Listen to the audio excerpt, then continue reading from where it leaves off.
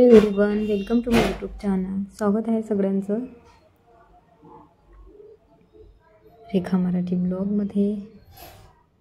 आणि आज करत आहे मी आंबाडीच्या भाकरी. तर आंबाडीचं थोडं म्हणजे मी आंबाडी घेतली होती, तर थोडं त्याचं बॅटर राहिलं होतं. बॅटर जसं आंबाडीचं आपण ते भाजी बनवून ठेवतो ती, तर मी ते जेवणासोबत भाकरीबरोबर अशीच खाल्ली होती बनवल्याबरोबर. तर थोडं माझं उरलेलं होतं, तर म्हटलं चला याच्या 2 भाकरी मी आता करून घेते.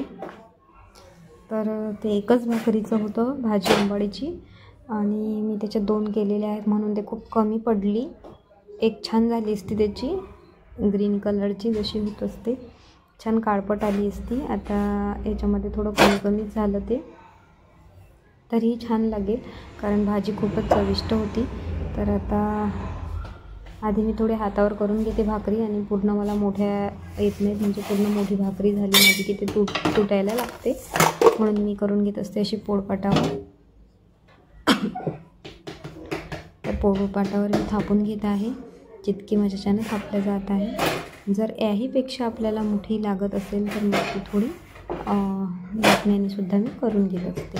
जर याच्यापेक्षा पतली पाहिजे असेल, म्हणजे एकदमच पातळ, जर थोडीही जाड आवडत नसेल, मला जास्त जाडही नाही तर जास्त पातळही आवडत नाही, अशी मी बनवली आहे मीडियम साईजच्या. अशाच मी नेहमी करत असते.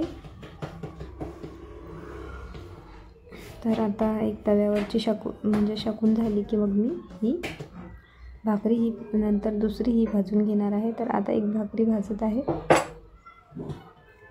तर छान दाल फ्राय केलेली आहे आज, आणि छोले भटुरे सकाळी टिफिनसाठी मुलांना केले होते तेही आता आहेच. तर आता हे बघा लाटण्याने लाटून घेत आहे, आणि इतकी पातळ आता बनवलेली आहे. लाटण्याने लाटल्यावर त्याचे काठ जे आहेत ते थोडे फाटल्यासारखे होतात, तर ते मी व्यवस्थित जोडून घेत आहे. कारण हातावरच्या परफेक्ट म्हणजे पूर्णच मोठमोठ्या भाकरी येत नाहीत, हातावर खूप छोट्या छोट्या येतात हातावरच्या. आणि भाकरी करायलाही आवडते, खायलासुद्धा आवडते. तर मी नेहमीच भाकरी करत असते, आणि नेहमी म्हणजे ज्वारीचं सुद्धा दळून आणलेलं नेहमीच घरी असते 12ही महिने. तर बघा अशी झालेली आहे छान भाकरी. थोडं मोठं पावर केलेलं आहे, आणि दाल फ्राय घट्ट झाली की काय ते चेक करत होती. जास्त घट्ट तर नाही झाली ना, कारण घट्टसर इतकी आवडत नाही. थोडी पातळ असली तर खायला छान वाटते, भातावर वगैरे घ्यायला. तर आता मी ती भाकर काढलेली आहे बघा अशी शेकून. आता दुसरी टाकत आहे.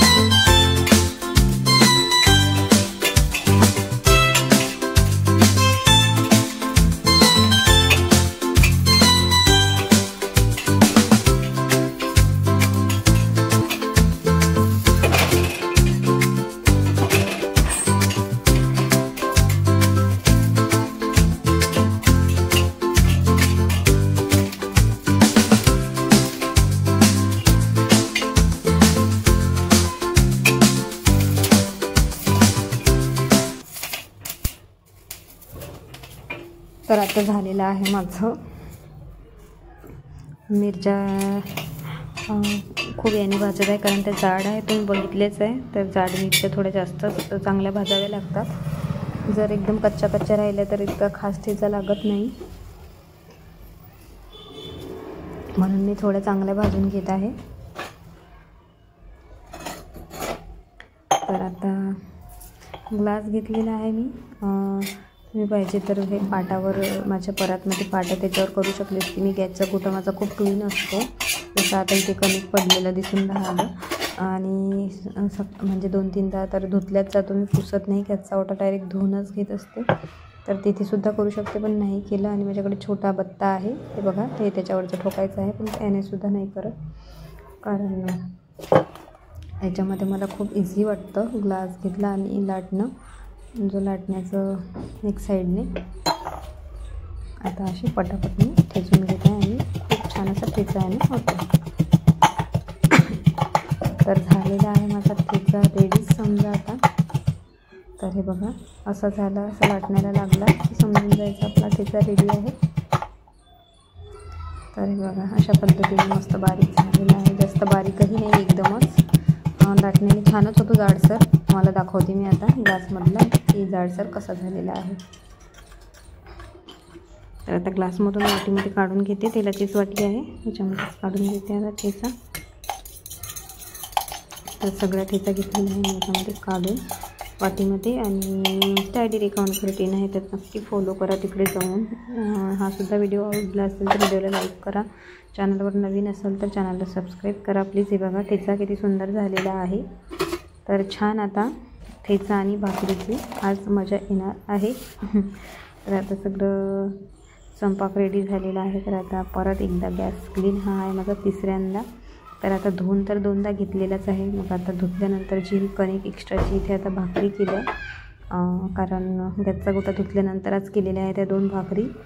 तुम्हाला सांगितलंच मी, आंबाडीची भाजी उरली होती म्हणून त्या भाकरी केल्या वेळेवर. तर त्याच्यामुळं आता हा इतकं क्लीन करावं लागत आहे. गॅस धुतलेलाच आहे आणि गॅसवर सुद्धा काही मी कणिक वगैरे ते जे भाकरी केल्या तर पाडलं नाही. मी बघितलंच मी केलं तेव्हा. तर चला मग भेटू उद्याच्या ब्लॉगमध्ये. बाय.